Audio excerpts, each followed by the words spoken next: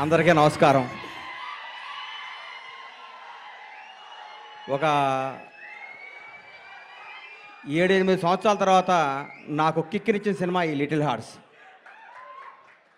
భగవంతుడు సాక్షిగా చెప్తున్నాను, లిటిల్ హార్ట్స్ సినిమా ముందు ఈ అబ్బాయి పోస్టర్ కూడా నేను ఎప్పుడు చూడలేదు. ఈ అబ్బాయి ఇట్లా యూట్యూబ్ తిప్పుతుంటే మా అమ్మ నాన్న తిరుపతి తీసుకెళ్ళాలనుకుంటే నాకు పెద్ద టూరు, అట్లాంటి ఫారెన్ తీసుకెళ్ళడం కానీ ఆగిపోయాను. ఎందుకంటే నన్ను అమ్మ నాన్న లవ్ చేసేవాడంటే నాకు అంత ఇష్టం, అక్కడ ఆగిపోయాను. సినిమా ఇండస్ట్రీ కష్టాలు, కన్నీళ్ళు, బాధలు అన్నీ ప్రిపేర్ అయ్యి రావాలి. ఎవరో కొన్ని 100 కోట్లకు ఒక ఆయన ఉంటాడు, ఒక స్టార్ కామెడీ కొడుకుగా పుడతాడు, ఒక మెగాస్టార్గా బామర్తిగా ఉంటాడు, ఒక ఐకాన్ స్టార్కి తండ్రిగా ఉంటాడు. అట్లా ఒక 100 కోట్ల కూడా ఉంటాడు. అందరూ అట్లా ఉండలేరు, మన అందరూ కష్టపడాల్సిందే తప్పదు. అట్లా ఎప్పుడు కాలు మీద కాలు వేసుకుంటాడు. ఆయన ఎవరికి అందుబాటులో ఉండడు, ఆయన ఎవరు అనుకుని ఆయన అందుబాటులోకి వెళ్తారు. అది జీవితం అంటే. అంత మహర్జాత్ కూడా నా జీవితంలో నేను చూడలేదు, ఇక చూడను కూడా. అంత అట్లా అట్లా ఆయన జీవితాన్ని అంత అద్భుతంగా ప్లాన్ చేసుకుని అల్లు అరవింద్ గారు ఇక్కడ రావటం. విజయ్ దేవరకొండ, విజయ్ గురించి ఒక మాట చెప్పాలి. వీళ్ళ ఫాదరు నేను రూమ్మేట్స్మి. ఒక 3 రోజులు మిస్ అయ్యాడు. ఏంది గోవర్ధన్ అన్న రాలేదు అన్న, నా కొడుకు పుట్టాడు అన్నాడు. అది హీరో పుట్టాడా అన్న, మీ నాన్నడు చెక్ చేసుకో అన్నాను అనలేదా? విజయ్ అన్నాడా? అది గుర్తుపెట్టు. నా జీవితంతో నేను ఏదైనా అంటే అవుద్ది, నాకు అబక్కన అట్లా వస్తుంది. నేను అంత ఎమోషనల్ పర్సన్ని. ఈ లిటిల్ హార్ట్స్ గురించి మాట్లాడతా. సరే, ఓజీ గురించి చెప్తాను ఒక నిమిషం. ఈ భారతదేశంలో ఉన్న కొంత కోట్ల మంది అభిమానులు, నేను ఒక అభిమాని. తిరుపతి దేవుడికి రోజుకు 1,00,000 మంది భక్తులు వచ్చి వెళ్తూ ఉంటారు. ఆ 1,00,000 మంది భక్తుల్లో కూడా నేను ఒకడిని. నేను ఒక్కడనే భక్తుడిని కాదు, నాలాంటి కోట్ల మంది భక్తులు నేను ఒకడిని. మీలాగా నేను పూజిస్తాను, మీలాగా నేను ప్రేమిస్తాను. నేను మీలో ఒకడిని, మీకంటే నాకు ఎక్కువ క్వాలిఫికేషన్ లేదు. ఓజీ బ్లాక్ బస్టర్ అవ్వాలని మీతో పాటు నేను కోరుకుంటున్నాను. అది తప్పకుండా బ్లాక్ బస్టర్ అవుద్ది. అంతే. Thank you. ఈ సినిమా గురించి మాట్లాడతాను.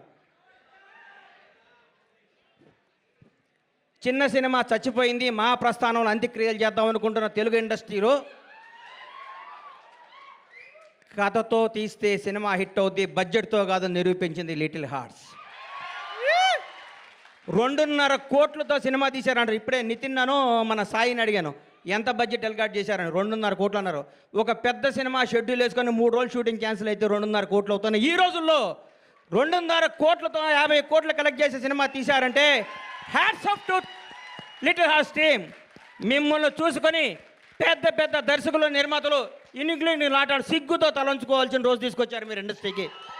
నిజంగా ఇక సినిమా చూడండి, చిన్న సినిమా చూడండి, పెద్ద హీరో 500 కోట్ల బడ్జెట్ ఉంటుంది తీస్తారన్న రోజుల్లో 2.5 కోట్లతో యావత్ తెలుగు ఇండస్ట్రీ, తెలుగు సినిమా, తెలుగు ప్రజలందరినీ థియేటర్కి పరిగెత్తించారు. నేను సినిమా థియేటర్కి వెళ్ళి దాదాపు 5-6 సంవత్సరాల నుంచి నేను ఒక థియేటర్ ఎగ్జిబిటర్గా, నా థియేటర్ కూడా నేను సినిమాకి వెళ్ళలేదు. ఈ మధ్య నాకు ఫస్ట్ డే సినిమా చూడాలనిపించింది, మిరాయి సినిమా. ఆ రోజు వెళ్ళాను. ఈ సినిమాను లవ్ చేశాను. ఇవాళే ఈ సినిమాకి ఫంక్షన్ రావాలని ఫిక్స్ అయ్యి వంశీని అడిగాను, వంశీ కొద్దిగా టికెట్ చెప్పా సినిమాకి వెళ్తానని. మా థియేటర్లో ఆడుతుంది, నాకు కుదరలేదమ్మా, క్షమించు. సినిమా చూస్తే దీని అమ్మ ఇది కదా సినిమా అంటే, ఇట్లా ఉండాలి కదా సినిమా అంటే. ఇది వాస్తవం, సినిమా కాదు. మా నాన్నకి నాకు జరిగిన స్టోరీ ఇదంతా. మా నాన్నకి ఇటు చెప్పిన కంటే ఎక్కువ అబద్ధాలు చెప్పేవాడిని, నేను అన్ని అబద్ధాలు చెప్పేవాడిని. షాద్ నగర్లో ట్రైన్ ఎక్కి, కాచిగూడలో ట్రైన్ దిగి, దీపక్ థియేటర్లో సినిమా చూసి, మళ్ళీ ట్రైన్ ఎక్కి షాద్ నగర్ పోయి స్కూల్కి వెళ్ళి వచ్చాను అబద్ధం చెప్పేవాడిని. అక్కడి నుంచి స్టార్ట్ అయిన మా జీవితం వాస్తవానికి దగ్గరగా. ప్రతి తండ్రి కొడుకున్న కెమిస్ట్రీ అద్భుతంగా తెరకెక్కించిన ఈ సినిమాని. ఇట్లాంటి సినిమాలు సంవత్సరానికి 12 సినిమాలు వస్తే ఇండస్ట్రీ 100 ఏళ్ళు చల్లగా ఉంటుందండి. 1000 కోట్ల సినిమాలు వద్దు, 500 కోట్ల సినిమాలు వద్దు, జనాన్ని థియేటర్కి వచ్చే సినిమాని. ఈ సినిమా తీయటం కాదండి, ఈ సినిమా వజ్రం ఎక్కడో ఉంటుంది, వజ్రాన్ని వెతికి బయటికి తీసుకొచ్చారు. చూడండి, వాళ్ళు ఒప్పుకోవాలి. వంశీని, బన్నీని ఈ సినిమా తీసుకొచ్చి, ఈ సినిమా మీద నమ్మకం పెట్టుకొని, ఈ సినిమాకు ఒక 2 కోట్లు, 1.5 కోట్లు ఖర్చు పెట్టి జనాల దగ్గర తీసుకెళ్ళి వాళ్ళు నిజంగా నిర్మాతని ఎంత అభినందించాలో, బన్నీ నిన్ను, వాసు నిన్ను, నంది మీ ఇద్దరిని అంత అభినందించాలి. మామూలు విషయం కాదు. మీరు ఎంత కష్టపడ్డా పేరు అరవింద్ గారి సినిమా అంటున్నారు, అది ఆయన అదృష్టం, మీ బ్యాడ్ లక్. నేనేం చెప్పలేను. అమ్మ ఇది ఎవడేం చెప్తారు చెప్పు. ఆయన ఏమీ చేయరు, లాస్ట్ మినిట్లో వస్తారు అంటారు, పేరు కొట్టేస్తాడు. ఆయన జాతకం అట్లాంటిది, మనం ఏం చేయలేం దాని అది. ఇట్లాంటి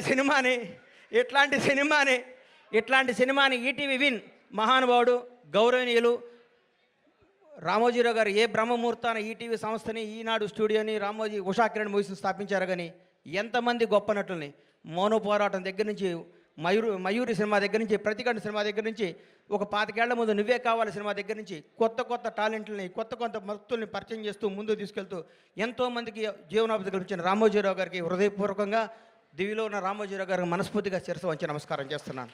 ఈటీవీ సంస్థకి అలాగే చేస్తున్నాను.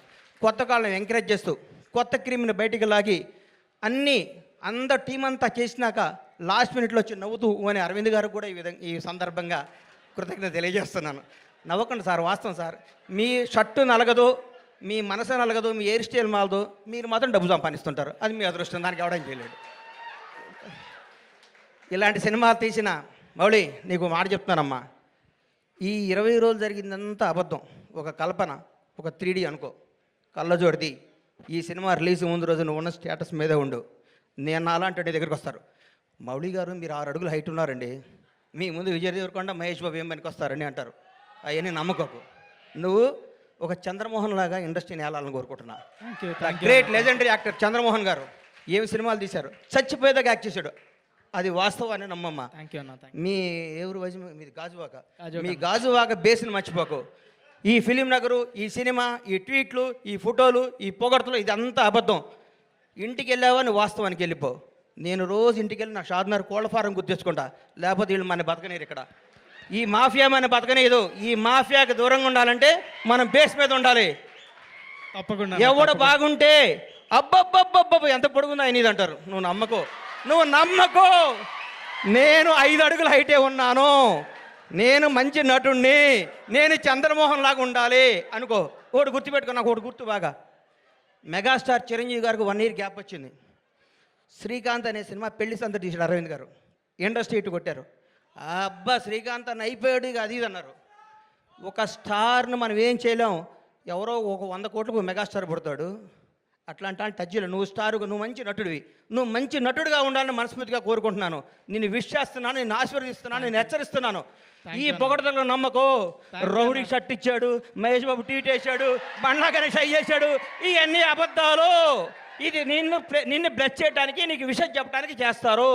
ఇది ఈరోజే, ఇంకో ఫ్రైడే ఇంకో మోడీ వస్తాడు, ఇంకో ఫ్రైడే ఇంకొకటి వస్తాడు. ప్రతిదానికి ప్రిపేర్ అయ్యిండు. ఎప్పుడు జాగ్రత్తగా ఉండు. దయచేసి దురలవాట్లు చేసుకోకు, దురలవాట్లు చేసుకోకు. ఎవరిని నమ్మకు, నమ్మినట్టు ఉండు, వాస్తవంగా బతుకు, అద్భుతంగా కథలు చేసుకో, నటుడిగా పేరు తెచ్చుకో. మీ అమ్మ నాన్న తలెత్తుకునే తిరిగే విధంగా, నీ బంధువులందరూ మౌళి మా ఫ్రెండ్ అని చెప్పుకునే విధంగా, ఇండస్ట్రీ అంతా నిన్ను చూసి ఆనందపడే విధంగా మనస్ఫూర్తిగా ఉండాలని కోరుకుంటూ, నన్ను ఈ ఫంక్షన్ తీసుకురావడానికి కారణమైన మిత్రుడు బన్నీవాసు, వంశీ నందిపాటికి, ఈటీవీ వినివారందరికీ కృతజ్ఞతలు తెలియజేసుకుంటూ, ఇలాంటి సినిమాలు మీరు ఆశీర్వదించాలి, థియేటర్కి రావాలి, చిన్న సినిమాలు బతకాలి, చిన్న సినిమాలు బ్లాక్ బాస్టర్ కొట్టాలి.